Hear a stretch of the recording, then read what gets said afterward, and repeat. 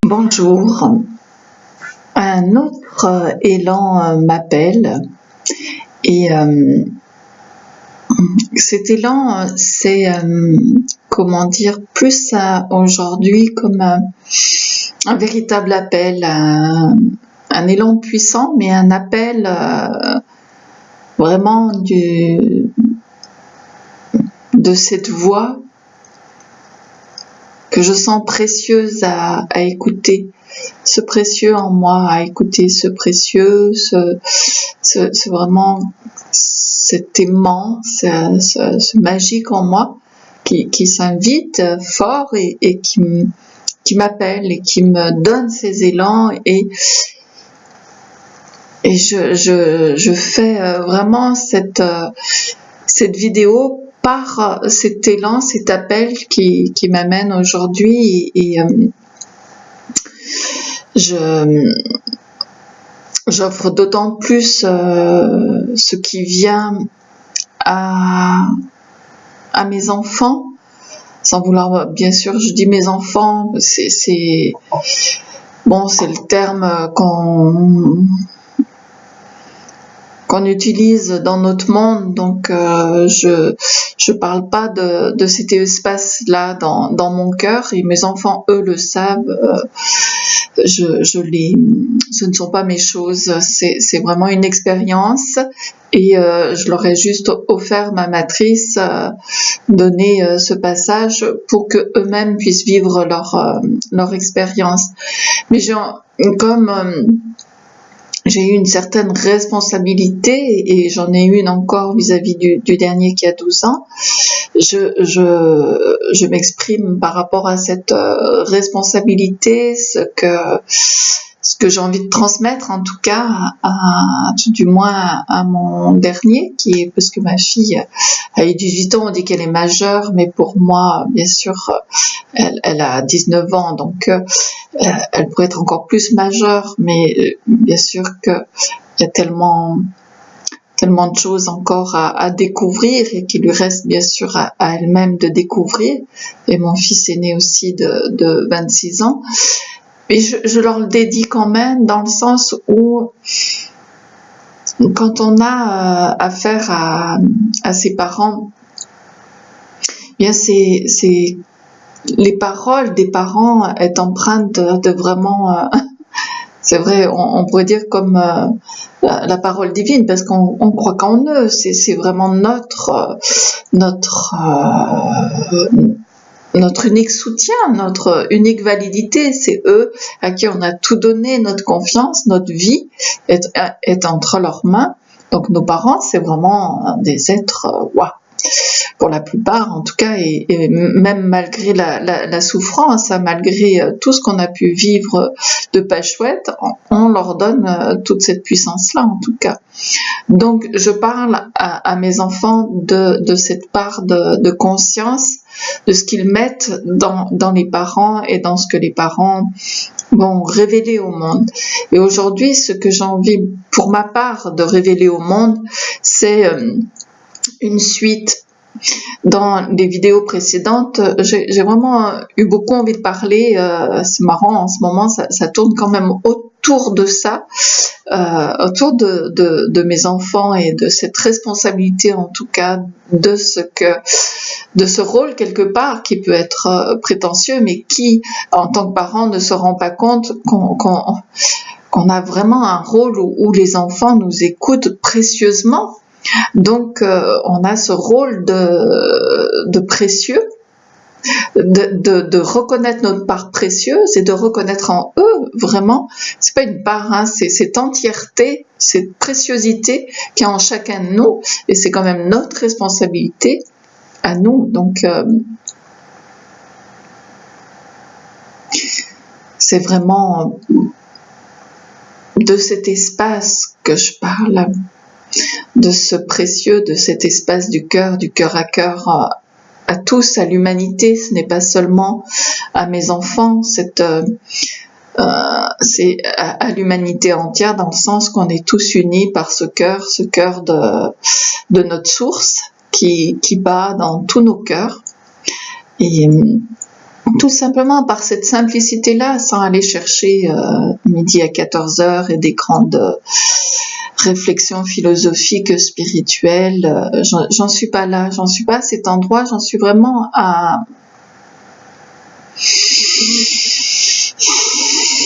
vraiment cette joie, moi, que j'ai de partager, notamment avec mon dernier, mais ma fille, quand elle vient aussi, c'est un vrai bonheur.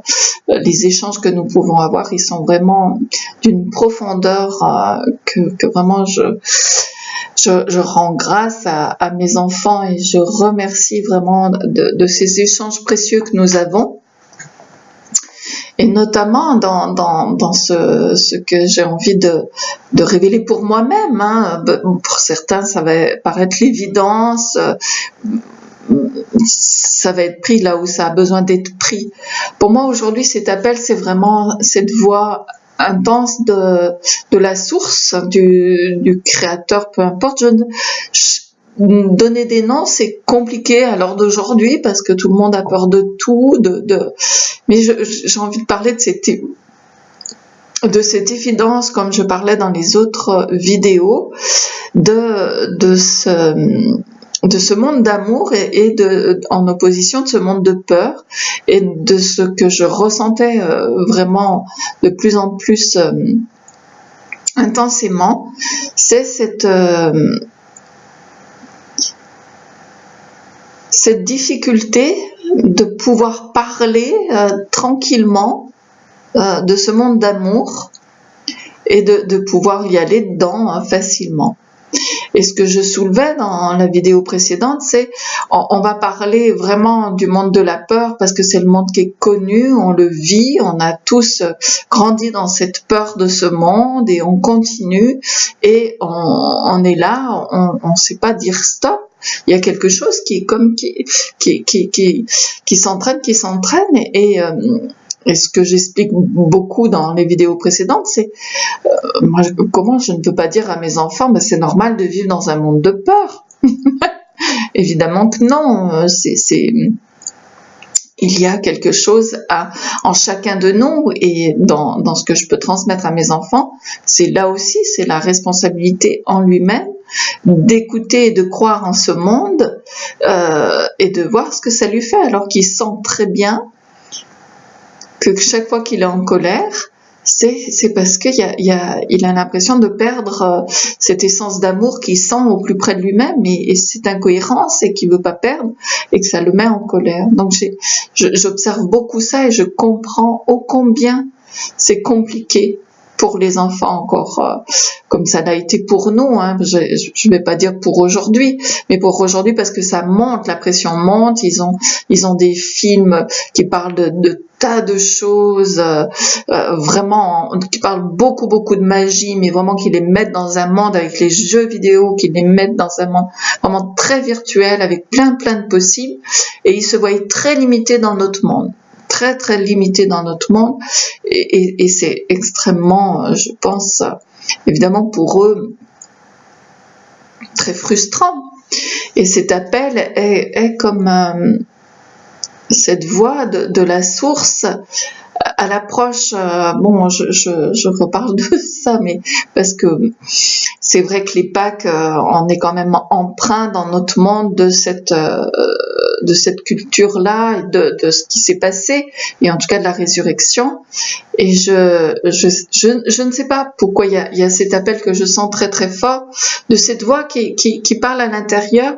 Comment peut-on continuer encore comme ça, de valider ce monde de peur, de pas arriver à écouter cette voix d'amour? Alors bien sûr, je ne peux parler que de ma propre expérience, et c'est de celle-là que je transmets. En moi, c'est vraiment puissant cet appel de cette voix d'amour et abandonner cette voix de peur. Regardez ce conflit de cet amour et de cette peur qui s'opposent, et où donc du coup rien n'est possible, où c'est soit l'un soit l'autre. Donc pour le moment c'est la peur, c'est le monde de la peur. Donc ça crée un conflit évidemment en moi intense, parce que je ne veux plus vivre la peur. Mais ce monde d'amour, il n'est pas encore là, il n'est pas encore créé pleinement, parce que c'est la peur qui est validée, c'est la peur qui emporte pour le moment. Donc cet appel du monde de l'amour qui est puissant, qui m'attire profondément, qui m'appelle et qui me fait sortir de mes outre-tombes, je dirais, de ce monde que je n'arrive plus à croire, évidemment, que je n'arrive plus à vivre dans ce monde de peur, parce que ça me paraît logique de le faire, de mourir à ce monde de peur pour naître dans ce monde d'amour qui est tout à créer sur terre, évidemment. Donc c'est vraiment juste cet appel avec ce qui vient en moi de confiance, mais c'est vraiment le mot de confiance dans ce nouveau qui arrive, c'est Pâques, la résurrection, c'est vraiment la renaissance, et pour moi c'est vraiment cette décision, cet appel en chacun de nous. Allons-nous continuer encore à répondre oui à la peur et non à l'amour, ou allons-nous nous décider enfin de dire oui à l'amour et d'oser cet inconnu de plus en plus. Et je sais que c'est de plus en plus de personnes répondent oui à l'amour. Il y a vraiment beaucoup d'actions qui sont menées, beaucoup. Et ça, j'ai vraiment beaucoup confiance, et il y a vraiment quelque chose qui se met en place, et c'est là, c'est très présent. Donc il faut continuer. Donc cette vidéo, c'est dans cette continuité et dans cette compréhension vraiment de ce qui se passe, qui plus est même dans ce, je dirais, pour ma part, dans le cerveau, dans le voile qui est enlevé entre ces deux hémisphères du cerveau, l'hémisphère qui contacte, qui fait fonctionner l'intuition, et l'hémisphère qui fait fonctionner la raison. Et si on enlève le voile entre les deux, bien il y a cette communication, comme on peut, quand on parle du lemnis 4, du 8 en lemnis 4, qui parle de réunir ces deux parties. Et donc il n'y a plus donc d'opposition, il y a vraiment cette unité, cette jonction qui se fait entre le cœur et l'esprit. Et c'est vraiment, même physiquement, physiologiquement, on peut le vivre quand il y a une gymnastique, le brain gym, qui parle de ça. Il y a vraiment plein de choses qui permettent d'unir nos deux hémisphères et d'avoir un cerveau qui va pouvoir donner la main au cœur et ensemble aller vers ce chemin d'amour. Et c'est vraiment dans cette union du cœur et de l'esprit, bien sûr, on va pouvoir construire ce monde nouveau, ce monde d'amour. Mais c'est répondre oui à l'amour qui appelle en nous de différentes façons chacun. Moi aujourd'hui, je me sens beaucoup appelée par cette voix. Il y a vraiment, je pourrais l'appeler Dieu aussi, mais bon, pour tous ceux qui l'aiment pas, mais en tout cas, il y a cette source qui m'appelle, comme si cet élan va parler et parle haut et fort que oui, c'est à nous de choisir l'amour et de dire non à la peur. Et ça ne peut être que dans ces affirmations de vouloir parler de l'amour. Alors ça va agacer pour les personnes qui veulent encore beaucoup parler de la personne, des histoires des personnes, des conflits, de la guerre. Alors bien sûr, oui, on va arrêter de parler de ça, parce que ça, c'est bon, on connaît ce processus. Et c'est pas la peine de s'énerver parce qu'on va plus pouvoir parler de tout ça. Et que si on parle d'amour, on va paraître non mais ça va, ton monde de bisounours, ça va, arrête de rêver. Je crois qu'aujourd'hui, et j'en suis même persuadée, moi j'ai des enfants, je le vois dans mes enfants, il y a un plus que ras-le-bol et un constat réel d'absurdité du monde.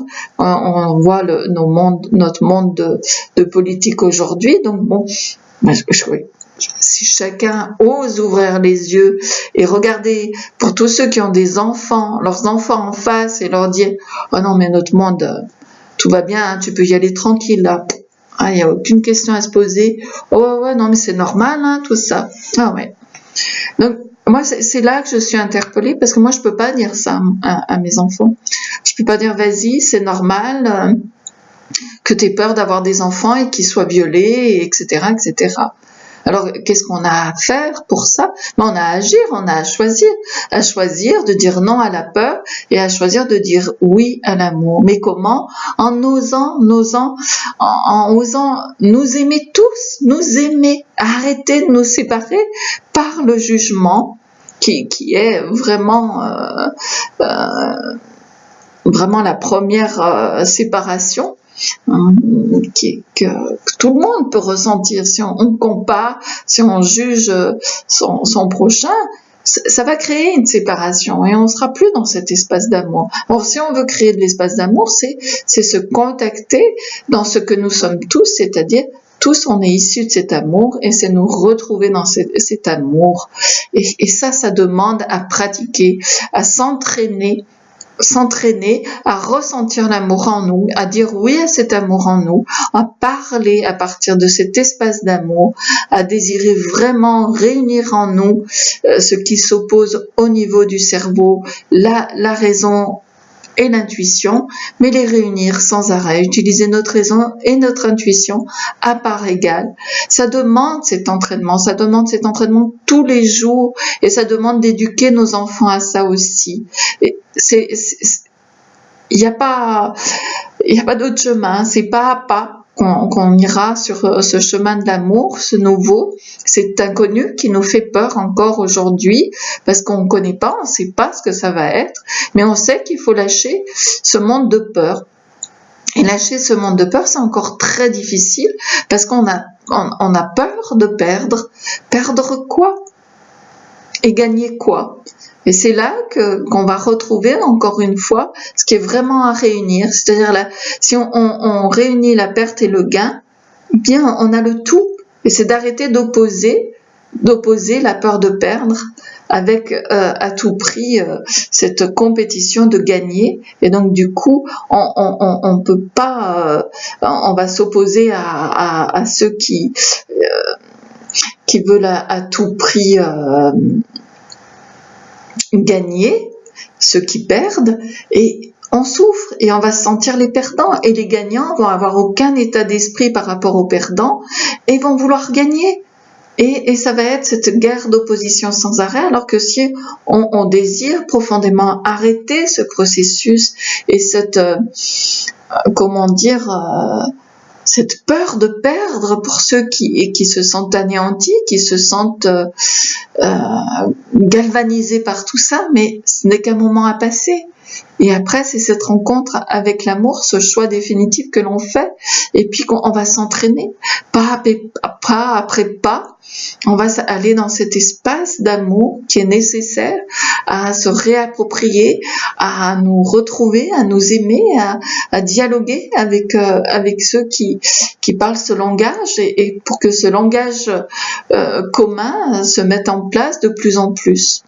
Ce langage commun d'amour prenne place dans le monde et où chacun va pouvoir comprendre ce langage aisément. Alors voilà, c'était juste un